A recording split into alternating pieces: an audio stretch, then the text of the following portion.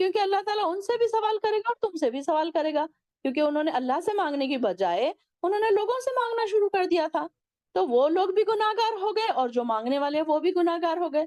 تو ایسے لوگ جو دیکھیں گے، اب یہ ان لوگوں کے لیے بہت ہی کھلی کھلی آیت ہے جو اللہ کو چھوڑ کر شرک کرتے ہیں، درگاہوں پہ جا کے اولادیں مانگتے ہیں، اپنے بزنس کے لیے وہاں جا کے صدقے خیرات کرتے ہیں، نیازیں کرتے ہیں، اور پتہ نہیں کیا کیا وہاں پر کیا کیا کیا جاتا ہے، سونے کے کڑے چڑھائے جاتے ہیں۔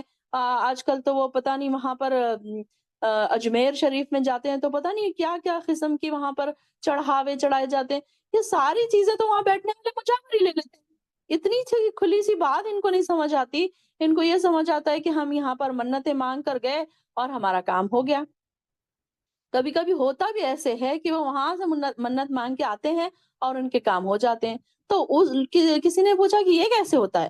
تو وہ ایسے ہوتا ہے کہ جب ان کے کام کا وقت آ جاتا ہے تو شیطان کو کچھ کچھ چیزوں کا پتہ بھی چلتا ہے، کیونکہ جیسے ہم نے بتایا نا کہ وہ تو پہلے فرشتوں کے ساتھ رہتا تھا، فرشتوں کا سردار تھا، تو وہ اوپر جا جا کے تو ساری نیوزیں لے کر آتے ہیں نا اللہ تعالیٰ کے اور فرشتوں کے بیچ میں جو ہوتی ہے، تو وہ کیا کرتے ہیں پھر کہ جیسے ہی شیطان ان کو اتنا بہکاتا ہے کہ تم وہاں جاؤ تو تمہارا کام ہو جائے گا، تو کام تو ایسے ہی ہونے والا ہی رہتا ہے۔ تو اب وہ وہاں چلے گئے اسی ٹائم میں اور ان کا کام بھی ہو گیا، تو وہ کیا سوچتے ہیں کہ دیکھو ہم وہاں گئے تھے نا، اس لیے ہمارا کام ہو گیا، دیکھو ہمارے بزنس میں اتنا لاس ہو رہا تھا، اب وہاں جا کر آئے ہیں تو سارا بزنس ہمارا ٹھیک ہو گیا، اب دیکھو کتنا ترقی ہو رہی ہے، کسی کو اولاد نہیں تھی تو اولاد ہو گئی ہے۔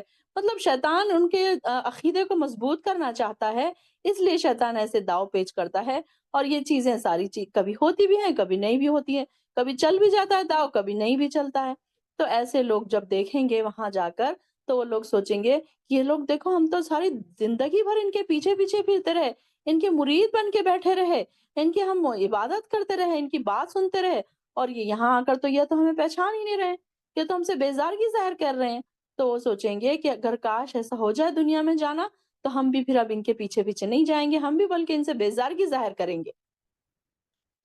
اور اللہ تعالیٰ فرما رہا ہے کذالک یریہم اللہ اعمالہم حسرات علیہم، اسی طرح دکھلائے گا اللہ ان کو ان کے عمل حسرتیں بنا کر ان کے ہی اوپر، یعنی کہ جو ان کے اعمال ہے اب یہ حسرت بن جائیں گے نا۔ مشرکوں کے اعمال جو ہے حسرت کا سبب کیوں بنیں گے؟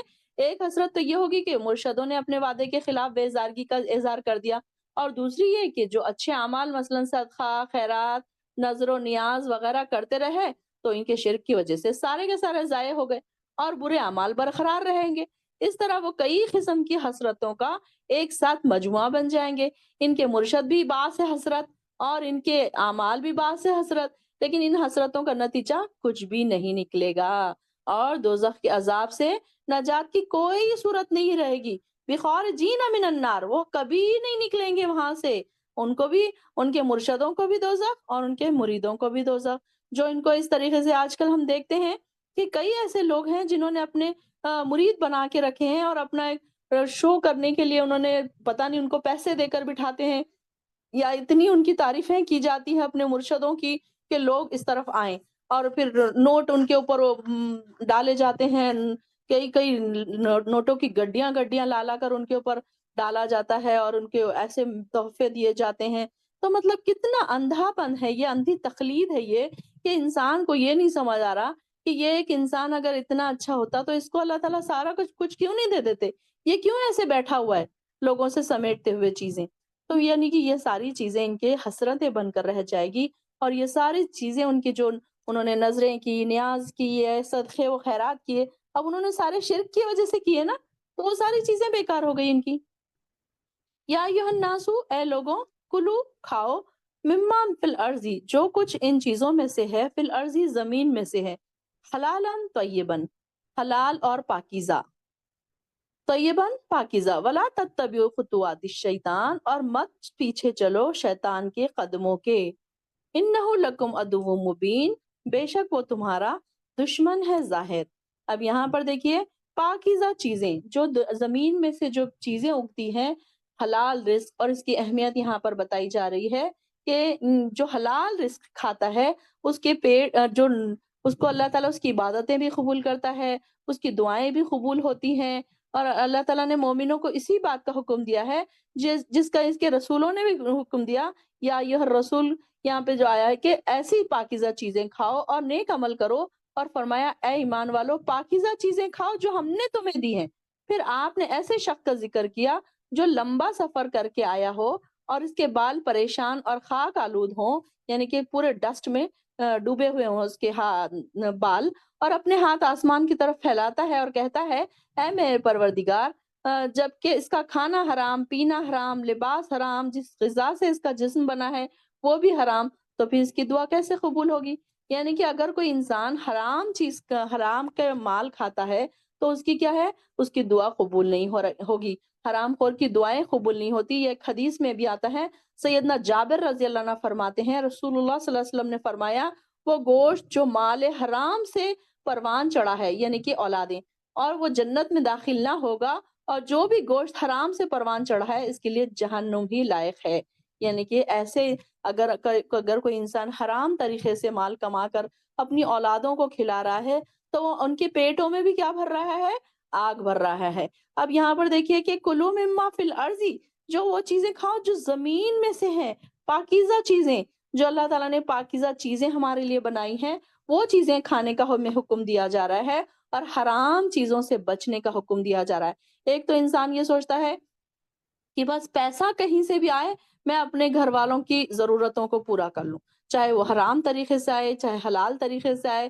اس کو احساس نہیں ہوتا کہ یہ پیسہ آ کہاں سے رہا ہے، بس اس کو یہ ہوتا ہے کہ میں اپنے بچوں کو، اپنے بیوی بچوں کو ایک لیوش لائف دے دوں، ایک اچھا گھر، ایک اچھی زندگی، اچھے اچھے کالجز میں، اچھے اچھے سکولز میں بچوں کو پڑھانا ہے۔ تو اس کے لیے بیچارہ باپ کیا کرتا ہے؟ حرام حلال کی پرواہ نہیں کرتا، پھر وہ دیکھتا ہے کہ بس کسی طریقے سے میرے پاس پیسہ آ جائے اور وہ میں راتوں رات 100 کے 1000 کر لوں، اور تاکہ میں اپنے بچوں کی خواہشات کو پوری کر دوں۔ تو اس میں بہت زیادہ قصور بیویوں کا بھی ہوتا ہے، ماؤں کا بھی ہوتا ہے۔ انہیں یہ چاہیے کہ وہ اپنی خواہشات کو لمیٹڈ رکھیں، اپنے شوہروں کو، اپنے بچوں کو اس طریقے سے، اپنے باپوں کو ایسے مجبور نہ کر دیں کہ یہ چیز ہمیں چاہیے، یہ کالجز میں ہمیں پڑھنا ہے۔ آج دیکھیے، آج کے زمانے میں دیکھیں کہ اگر کوئی بچیوں کو اچھے کالجز میں، لڑکوں کو، لڑکیوں کو، بچوں کو اچھے کالجز میں پڑھانا ہے تو ان کی فیسیں کتنی ہیں؟ اگر بڑے بڑے شہروں میں چلے جائیں آپ تو ان کی فیسیں اتنی ہیں کہ ایک عام انسان نہیں دے سکتا، تو وہ بیچارہ پھر لاتا ہے کہیں سے بھی غلط طریقے سے مال کما کر۔ تو اس کے ذمہ دار کون ہو گئے؟ اولاد بھی ہو گئی، مائیں بھی ہو گئی، بیٹیاں بھی ہو گئے، بچے بھی ہو گئے، مائیں بھی ہو گئی، بیویاں بھی ہو گئی۔ تو یہ ایک ہماری جو ایک لمٹ ہونی چاہیے کہ ہر حال میں ہمارے پاس کیا ہونا چاہیے؟ حلال رزق ہونا چاہیے، کیونکہ اگر حرام سے کمایا ہوا مال اگر انسان کے پیٹ میں جاتا ہے تو کیا ہے؟ اس کے بارے میں ایک یہ بھی آتا ہے کہ اولاد نافرمان ہو جاتی ہے۔ اگر اولاد نافرمانی کر رہی ہے تو انسان کو یہ چیک کرنے کی ضرورت ہے کہ کہیں اس کا مال حرام تو نہیں ہے، کوئی اس کے حرام لقمہ تو اس میں شامل نہیں ہو رہا ہے، کہیں ہمارے بچوں کی کمائی دیکھنا چاہیے، شوہروں کی کمائی دیکھنی چاہیے، اور دعا کرنا چاہیے کہ اللہ حلال رزق ہمیں عطا کر، اللہ ہمیں حرام رزق سے بچا۔ بھلے ہی 2 روٹی کی بجائے 1 روٹی کھا لیں، 1 روٹی کی بجائے آدھی روٹی کھا لیں، لیکن حلال رزق ہونی چاہیے۔ پھر یہاں پر اور ایک بات یہ ہے کہ یہاں پر جو ذکر ہو رہا ہے فی الارضی، زمین سے جو اگری ہیں چیزیں، اب دیکھیں نا کہ اللہ تعالیٰ نے، اگر ہم اس آیت کو بھی دیکھیں تو اتنی نعمتیں اللہ تعالیٰ نے اگائی ہیں، ایک سے ایک فروٹس ہیں، ایک سے ایک ویجیٹیبلس ہیں، کیا کیا چیزیں زمین سے نہیں اگائی ہیں۔ اب یہ زمین سے اگنے والی چیزوں کو بھی آپ دیکھ لیجئے، کوئی کڑوی ہے، کریلے کو ہم لیں گے تو کڑوا ہے، کدو کو لیں گے تو تھوڑا سا میٹھا ٹیسٹ ہے اس میں، بھاجیوں کا الگ ٹیسٹ ہے۔ تو یعنی کہ ہر چیز اللہ تعالیٰ نے ہمیں زمین سے اگا کے دے دی کہ بھائی تم غلط چیزیں مت کھاؤ، اور اس کے اپوزٹ میں انسان کیا کھا رہا ہے؟ گٹکے کھا رہا ہے، پان کھا رہا ہے، عورتیں مٹی کھاتی ہیں، پتہ نہیں کیا کیا چیزیں، یہ پیٹ بھرنے کی چیزیں ہیں۔ تو انسان یہ ساری حلال چیزیں چھوڑ کر حرام چیزوں کے پیچھے پڑا ہے۔ آپ دیکھیے کہ ڈرنکس کتنے اچھے اچھے ہیں، شربت ہے، کھانے اور پینے کے جوس ہیں، مطلب فروٹ جوس ہیں، وہ چھوڑ کر انسان شراب کے پیچھے جا رہا ہے۔ لت لگ گئی ہے شراب کی تو ساری اچھی اچھی چیزیں چھوڑ کر شراب کی طرف جا رہا ہے۔ گٹکے سے انسان کو کیا ہی فائدہ پہنچے گا، شراب سے انسان کو کیا ہی فائدہ پہنچے گا، جا کر ایک وقت میں آ کر تو اپنی جو اس کی زندگی تھی اس سے کم زندگی اس کو گزار کے وہ ایک سلو پوائزن کی طرح اپنے آپ کو لے رہا ہے۔ اور وہ ہم دیکھتے ہیں کہ گٹکا کھانے والے لوگوں کے کیسے برے برے کینسرز ہوتے ہیں، منہ کے کینسر، اسی طرح سے سگریٹ نوشی ہے، تمباکو کھانا ہے، پان کھانا ہے، یہ ساری چیزیں کیسی ہیں؟ ایک حرام چیزوں میں آئیں گی، حلال چیز تو نہیں ہے یہ۔ اللہ تعالیٰ نے یہ ساری چیزیں تو نہیں بنائی حلال، اللہ تعالیٰ فرما رہے ہیں کہ میں نے تو تمہارے لیے زمین میں حلال اور پاکیزہ چیزیں بنائی ہے، تو تم وہ ساری چیزیں چھوڑ کر کیا کر رہے ہو؟ شیطان کے قدموں کے پیچھے چل رہے ہو۔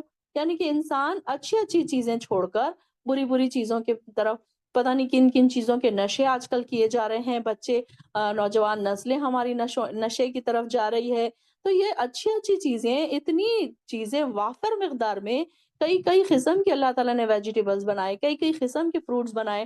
اگر ہم فروٹس کو دیکھیں تو دیکھیں فروٹس کے اوپر ہی ہم اگر ریسرچ کرنے بیٹھیں تو یہ بھی ہمارے لیے ٹائم کم پڑ جائے گا۔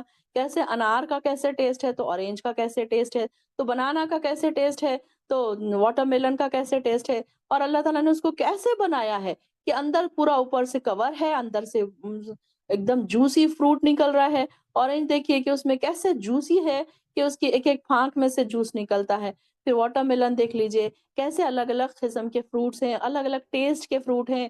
انگور کو دیکھ لیجئے، پھر اس طریقے سے جام کو دیکھ لیجئے، سیب کو دیکھ لیجئے، کیسے الگ الگ فروٹس ہیں، الگ الگ ٹیسٹ کے ہیں، اور اتنی ساری چیزوں کو چھوڑ کر انسان کہاں جا رہا ہے؟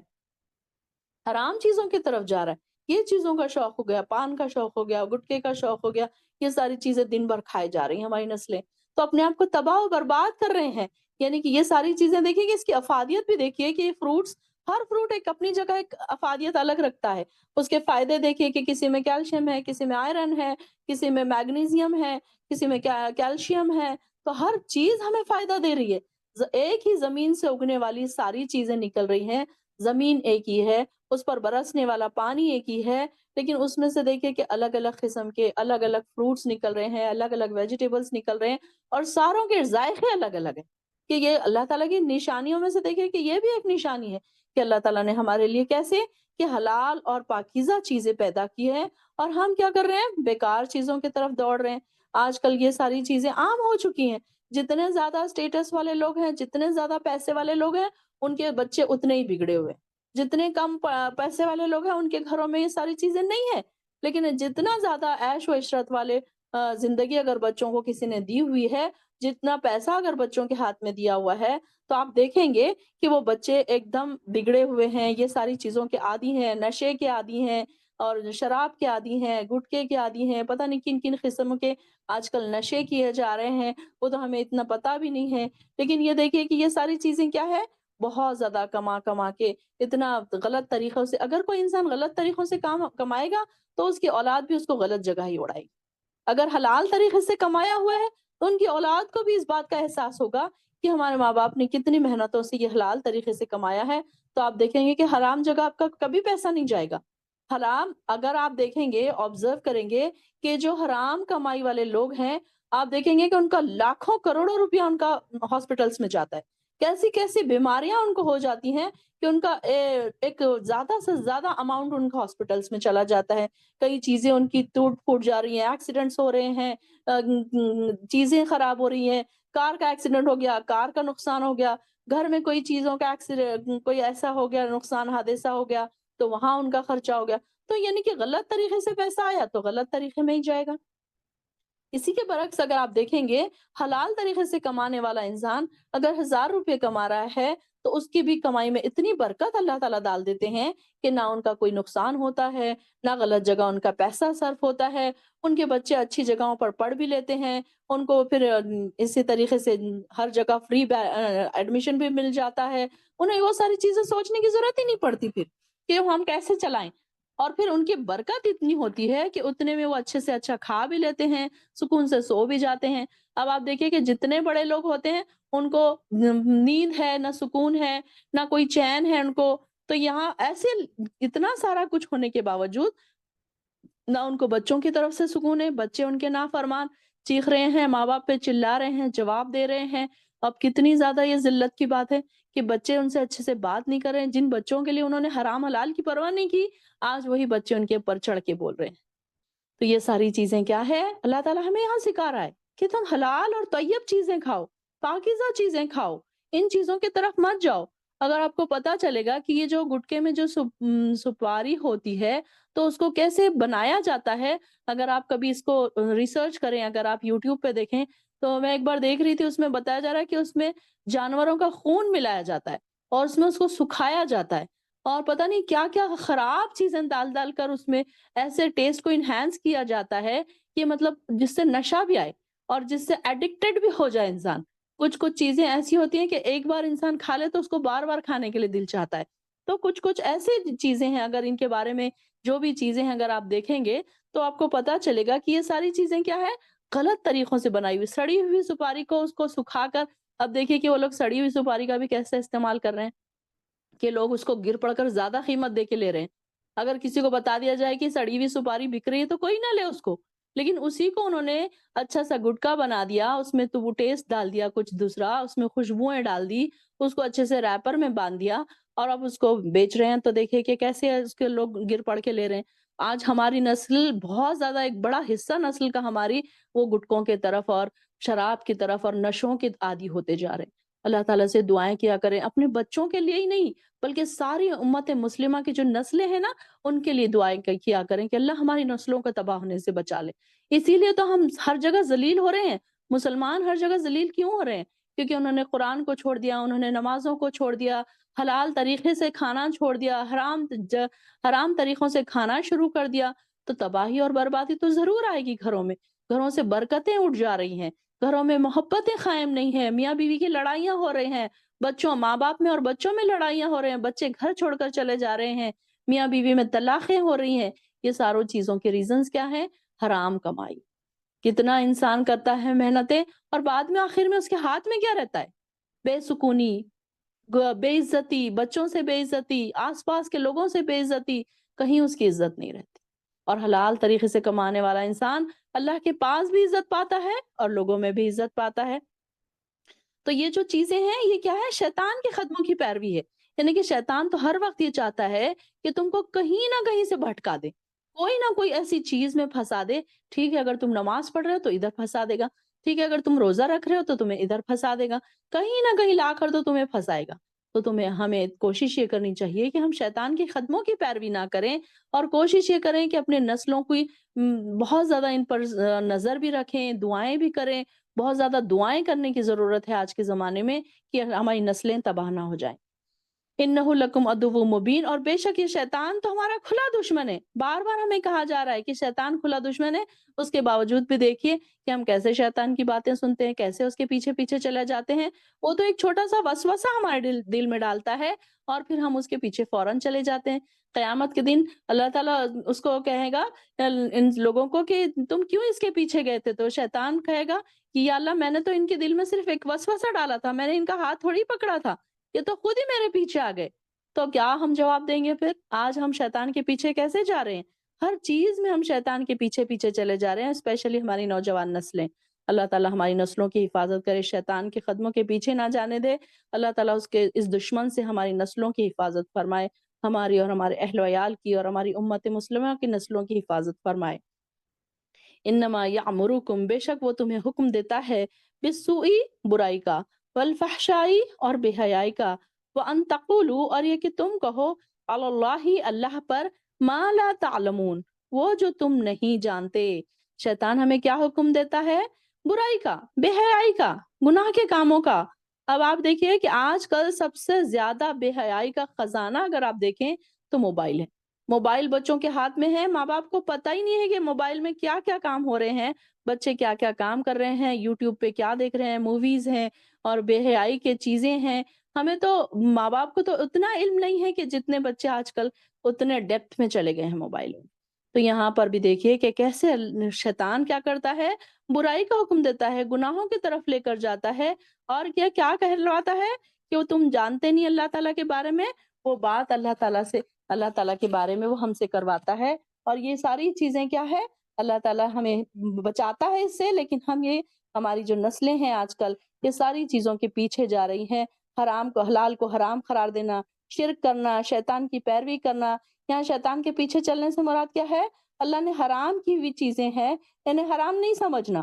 جیسے مشرکین تھے، عرب تھے، جو مشرکین عرب جو تھے بتوں کے نام پہ سانڈ چھوڑ دیتے تھے، ان کے جانور چھوڑ دیتے تھے، پھر ان جانوروں کا گوشت کھانا یا اس سے کسی طریقے کا نفع اٹھانا حرام سمجھتے تھے، اپنی طرف سے انہوں نے پابندیاں اختیار کر لی تھی، یہاں پہ حرام کو حلال قرار دے لیا تھا انہوں نے۔ یہی صورت کسی حرام چیز کو حلال قرار دینے کی ہے، جیسے یہود نے سود کو حلال قرار دے لیا تھا، اور امیوں کا کھانا مال جائز سمجھتے تھے، اور یہ شرک ہے۔ یعنی کہ یہ ساری شرک کی جو چیزیں تھی پہلے کے زمانے میں، یہ ساری چیزیں ان کی وجہ سے یہاں پر یہ آیت اتری ہے۔ ہم اس کو آج کے زمانے سے ریلیٹ کر رہے ہیں، لیکن اس وقت یہ ساری چیزیں عام تھی، اس لیے اللہ تعالیٰ نے یہ آیت اتاری کہ یہ ساری چیزیں جو ہے امت میں، اللہ تعالیٰ نے فرمایا، آپ صلی اللہ علیہ وسلم نے فرمایا کہ قیامت کے قریب امت میں کچھ ایسے لوگ پیدا ہوں گے جو شراب کا کوئی دوسرا نام رکھ لیں گے اور اس کو حلال بنا دیں گے۔ اور آپ نے سنا ہے، آپ نے فرمایا میری امت میں کچھ لوگ ایسے پیدا ہوں گے جو زنا، ریشم، شراب اور باجے گاجے وغیرہ کے دوسرے نام رکھ کر انہیں حلال بنا لیں گے۔ اب یہاں پر دیکھیے کہ پہلے کے زمانے میں جو ناچنے والیاں ہوتی تھیں تو ان کو کتنا برا سمجھا جاتا تھا۔ وہ جو عورتیں ہوتی تھی تو ان کی گلی میں سے کوئی شریف انسان گزرتا نہیں تھا۔ لیکن آج کیا ہے، ہر گھر میں ٹی وی ہے، ہر گھر میں ڈانس، ناچ گانے عام ہے، اس کو کوئی برا نہیں سمجھ رہا آج کل۔ پہلے کے زمانے میں ناچ گانوں کو بہت برا سمجھا جاتا تھا، لیکن آج دیکھیے کہ یہ ساری چیزیں عام ہو گئی، ناچ گانے عام ہو گئے، بیٹھ کے شراب پینا عام ہو گیا، شراب کی شکلیں بدل گئی، شراب کے نام بدل گئے، اور ان کے اندر کچھ نہ کچھ ملا کر پھر اس کو ایسے بنا دیا کہ اب وہ اس کو ان لوگوں نے حلال قرار دے لیا۔ تو یہ ساری چیزیں یہ پہلے کے زمانے میں ہوتی تھی، تو ان کے بارے میں یہ بات آئی ہے کہ یہ ساری چیزیں تم پر حرام تھی، لیکن تم نے کیا کیا، اس کو حلال قرار دے لیا، اور یہ شیطان نے دیکھیے کہ کیسے اس میں چینجز کروا دیے اور حرام کو بھی حلال بتا دیا۔ وَإِذَا قِيلَ، اور جب کہا جاتا ہے، لَهُمْ، ان سے، لَهُمُ اتَّبِعُوا، تم ان کی پیروی کرو یا بات مانو، ما انزل اللہ، جو کہ نازل کیا اللہ نے، قالوا، تو وہ کہتے ہیں، بل نتبعو، کہ بلکہ نہیں، ہم تو اتباع کریں گے، ما الفینا علیہ آباءنا، اس چیز کا جسے ہم نے اپنے باپ دادا کو پایا۔ یعنی کہ اگر ان کو کہا جاتا ہے کہ وہ چیزوں کی پیروی مت کرو، تو وہ کیا کہتے ہیں، نہیں، ہم نے اپنے باپ داداؤں کا یہی کام کرتے ہوئے دیکھا۔ اور یہ دیکھیں کہ اگر باپ دادا کوئی غلط چیزیں، غلط طریقے ایجاد کر کے اس دنیا سے چلے گئے، غلط رسمیں، خود ساختہ رسمیں، پابندیاں، یعنی کہ کچھ ایسی، اب جیسے کہ ہم دیکھتے ہیں کہ کچھ گھروں میں ایسی چیزیں، شرکیہ چیزیں پرانے لوگ ایجاد کر کے چلے گئے ہیں، اور ان کی نسلیں صرف اس لیے کرتی ہیں کہ ہمارے دادا دادی یہ کیا کرتے تھے۔ فاتحہ دینا ہے، نہیں، ہمارے دادا دادی کے زمانے سے چلا آ رہا ہے، تو یہ تو ہمیں کرنا پڑے گا۔ وہ کون سے دن کیا کیا بنانا ہے، میٹھے بنانا ہے، فاتحہ دینا ہے، وہ راتوں کو جاگنا ہے، جاگنے کی راتیں منانا ہے، اور نئے کپڑے پہننا ہے، پتہ نہیں کیا کیا چیزیں، یہ ساری چیزیں جو ہے، تو یہ ساری چیزیں تو کہیں قرآن میں نہیں لکھی ہوئی ہیں۔ ان کے یہ جو ہے، یہ ساری چیز کیا ہے، ان کے باپ داداؤں کی تخلیق ہے۔ انسان کیا کرتا ہے، اپنے آبا و اجداد اور بزرگوں سے عقیدت کی وجہ سے یہ سوچنے کی زحمت ہی نہیں گوارا کرتا کہ ان سے بھی کوئی غلطی ہوتی تھی۔ اب یہ دیکھیں نا کہ جو ہمارے فور فادرز تھے، ہمارے دادا پردادا تھے، دادی پردادی تھے، تو بیچارے اتنے انوسینٹ تھے کہ ان کو تو قرآن بھی ٹھیک سے پڑھنا نہیں آتا تھا۔ اب وہ بھی بھلا دین کی بات کیا ہی ان کو سمجھ آتی کیا؟ اور آج جو آپ سمجھ رہے ہیں یہ ساری چیزیں، آپ کے پاس ایجوکیشن ہے، آپ پڑھے لکھے ہیں، انگلش بھی آتی ہے، اردو بھی آتی ہے، مراٹھی بھی آتی ہے، ہندی بھی آتی ہے، تو آپ اس کو سمجھ رہے ہیں، پڑھ رہے ہیں۔ ہمارے جو پرانے تھے دادا دادی ہمارے، تو ان کو کہاں یہ ساری چیزیں آتی تھی، وہ تو بےچارے پڑھے لکھے بھی نہیں ہوتے تھے، بہت کم لوگ ہوتے تھے جو 4th تک پڑھتے تھے یا 5th تک پڑھتے تھے، ان کے لیے اتنا ہی بہت زیادہ ہوتا تھا۔ تو یہاں پر یہ کیا سمجھتے ہیں کہ ہمارے آبا و اجداد جو کرتے تھے وہی صحیح ہے، اور ہم اب ویسے ہی کریں گے۔ کسی کے باپ دادا نے بھلے کوئی غلط کام ہی کیوں نہ کیا ہو، آگے آ رہا ہے، اولو کان آباؤہم، کیا وہ اگر ان کے باپ دادا لا یعقلون شیئا، کہ کچھ عقل ہی نہ رکھتے ہوں، ولا یہتدون، اور نہ وہ ہدایت پاتے تھے۔ اب ان کو تو بیچاروں کو معلوم ہی نہیں تھا کہ قرآن میں کیا لکھا ہوا ہے، نبی نے کیا کہا ہے، ان کو تو پڑھنا بھی نہیں آتا تھا۔ وہ بیچارے کسی طرح ریکٹیفائی کر لیتے تھے، اور اس کو اسی طرح، کئی لوگ تو ایسے میں نے دیکھا تھا کہ صرف قرآن کو بسم اللہ الرحمن الرحیم بلکہ انگلی پھراتے تھے اور اسی طریقے سے قرآن ختم کرتے تھے، کیونکہ ان کو قرآن پڑھنا ہی نہیں آتا تھا۔ کئی لوگ ایسے ہوتے تھے پرانے زمانے میں جن کا نہ قاعدہ ختم ہوا، نہ قرآن ان کا ختم ہوا، ان کو پڑھنا بھی نہیں آتا تھا۔ اب ایسے لوگوں کی ہم کیسے تقلید کر سکتے ہیں، کیسے ان کی، کہ انہوں نے جو کیا ہم بھی وہی کریں گے۔